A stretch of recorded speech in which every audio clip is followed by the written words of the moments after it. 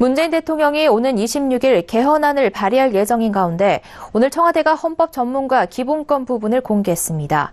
헌법의 토지 공개념을 구체화해 담을 것으로 예상됐지만 이날 발표에선 포함되지 않았습니다. 내일 발표될 것으로 관측되는데요. 이날 개헌안엔 국민이 직접 법률안을 발의할 수 있는 국민 발안제가 신설됐고 국가에게 동일가치 노동에 대한 동일 수준의 임금 지급 노력 의무를 부과했습니다. 정창신 기자입니다. 토지 공개념은 토지의 소유와 처분을 공공의 이익을 위해 국가가 제한할 수 있다는 겁니다.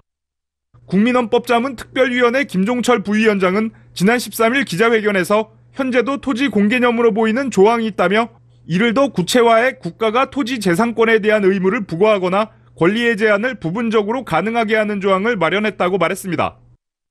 헌법 122조에는 국토의 효율적이고 균형 있는 이용, 개발과 보존을 위해 법률이 정하는 바에 의해 그에 관한 필요한 제한과 의무를 과할 수 있다고 명시되어 있습니다. 이를 더 구체화했다는 겁니다. 하지만 오늘 개헌안 발표에 이 같은 내용이 담기지 않자 일부에선 선거를 앞두고 부담을 느낀 게 아니냐는 목소리도 나왔습니다. 청와대는 내일 지방분권과 국민주권에 관한 사항, 22일 정부 형태 등 헌법기관의 권한과 관련된 사항 순으로 발표할 예정입니다.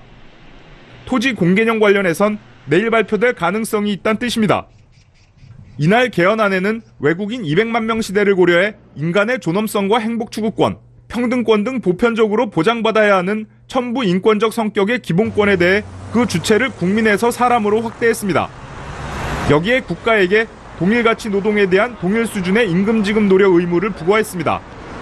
또 인간다운 삶을 누리도록 고용 안정과 일 생활의 균형에 관한 국가의 정책 시행 의무를 신설했습니다.